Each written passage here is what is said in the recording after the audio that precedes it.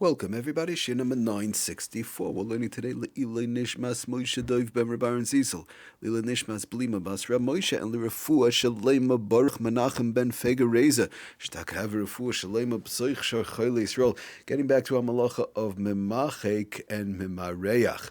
So the question comes up, we've been talking about smearing, smoothing out surfaces and so on. What about food? Does this malacha of MEMACHAIK, smoothing out, actually apply to food? Or do we say that, when it comes to food, there's no problems at all? That's number one. Number two, we want to see, what about if the food, let's say we'll say, we're going to see in the Ramah talks about it, let's say we'll say that MEMACHAIK, smoothing out, does not apply to foods. What about if the food is used in a different circumstance? In other words, not as a food. One possibly, let's say somebody has chapped lips, right? And they want to smear some butter on their lips. Is that a problem? Smearing the butter, you could smear butter on bread, and you could smear butter on somebody's lips. Like this, it soothes the lips. Putting aside the issue of refuah right now, that's also sometimes comes into play. So tells us straight out the Ramah in Siman Shin Chaf Aleph.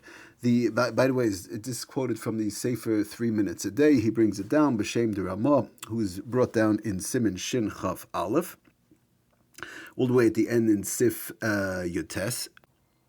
And he says like this, as a mechaber, that umuter lechalek ha'oichel b'Shabbos v'lo yhaveh mishum MEMACHAIK. Very simple, plain and simple, open and shut case. It is allowed. One is allowed to smear. Umuter lahachalik ha'oichel b'Shabbos v'lo yhaveh mishum MEMACHAIK. One is allowed to smear food on Shabbos, and there is no MEMACHAIK. It does not fall under the malacha of MEMACHAIK, smearing. Then it comes along the Ramah and says an important point. We're going to see how this applies in reference to possibly using food when it's not being used for a food. He says, Hoyol ve'efshar lechol b'lo zeh, since the fact that this item could be eaten without the smearing, right? Somebody smears, let's say, peanut butter on bread, so somebody could eat peanut butter out of a jar. They put a little butter on a plate. Somebody might like to eat that. That could be eaten. You could take also peanut butter and smear it onto a piece of bread. So either way you cut it, it could be eaten. That's what the Ramah says. Hoyol ve'efshar lechol b'lo zeh. It could be eaten without that. So therefore, it's not the malacha of MEMACHAIK as far as when it comes to eating in the category of eating. So that tells us the Mishnah Berurah and Sifkat and Pei Aleph that what does it mean below that it could be eaten without this, without the smearing? Al kain lav midik. It says the Mishnah Berurah, the person didn't do anything. So therefore, going ahead and smearing, let's say somebody smears peanut butter on their bread, right? Okay, lav midi kavi. They didn't do anything. Good. He made his bread. He enhanced his bread with some peanut butter, but there's nothing really being done as far as the isser of MEMACHAIK. He didn't smooth out the surface. He's eating the bread with the peanut butter. Okay, so now just to go through some cases, just plain simply some examples, brings on the Sefer Learning Shabbos in 3 minutes on page 389, plain simple straight up, that one is allowed to spread cheese, for example. Somebody wants to spread cheese on a little bit of bread. You could spread butter. You could spread peanut butter, hummus, tahina on bread or on crackers. Not a problem. He continues on to say that lemaisa to, let's say one may also use an ice cream scoop, for example. We spoke about an ice cream scoop when we spoke about the malacha of kaisev, but in general, as far as MEMACHAIK goes, maybe you'll say 1 second. Every time I scoop out ice cream, right, I have a container of ice cream, so every time I scoop out, so I'm smoothing out the surface of the ice cream. So he says one may use an ice cream scoop, even though it automatically smoothens out the ice cream, right? I scoop out the ice cream, I smoothen it out. 1 second, that's MEMACHAIK. So since it's food, it would not apply, and it would be perfectly fine. Another example he brings, one may spread icing on a cake in order to eat it. Okay, so that's another issue. Not another issue. That's another way of one would be allowed to, spread food onto something else, spread something on food onto food, and then he just goes ahead and eats it. Now, I just want to mention, we'll talk about, we want to see the flip side of this whole thing. Like we said, possibly smearing icing in certain instances whereby it's just for fanciness. Okay, we're going to see how that works. But right now, we just want to try and cover the examples of whereby it's purely a food.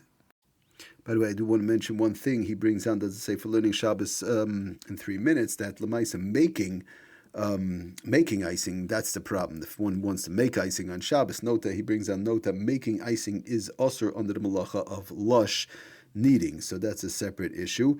The icing must be made, obviously, before Shabbos. Now the Sefer Shabbos Home on page 380. The Maisa brings also, one is permitted, one is allowed to spread butter, like we said, jelly, cream, or any other food on bread, provided that one's purpose is simply to cover the bread and to eat it, and not to smoothen out the surface of the bread, that it should look nice. So that we're going to talk about, but right now we're just sticking to the part that simply to eat it would be fine. Again, same thing, egg salad, tuna fish, and so on. They want to spread on a cracker. You want to spread on a piece of bread, piece of challah, also would be fine. But when we're dealing with circumstances whereby is to make it look nice, smoothened out, and so on, that is running into a problem, which we have to talk about how that works. Okay, so that's basically the story as far as foods go in reference to MEMACHAIK. If it's done for edible purposes, I just want to read real quickly from the Sefer Tes Malachas, how he explains it so beautiful, that since all edible foods, including, like we said, peanut butter and other type of spreads, whatever the case is, sometimes there's dips that people want to spread and so on, are fully usable, like we saw in the Ramah. They're fully usable as they are, so therefore smearing, smoothing out, and spreading are merely forms of preparation. And achieve no, like the Mishabura we mentioned, they achieve no significant effect upon such foods. This is completely unlike where we in conjunction with the hides and so on, that must undergo, when it came to the malacha of MEMACHAIK, that must undergo smoothing as part of the process of producing a proper finish on the leather, which is a significant change, obviously, because the smoothing of the foods is completely dissimilar to the malacha d'oraisa of MEMACHAIK. There's no similarity, in other words.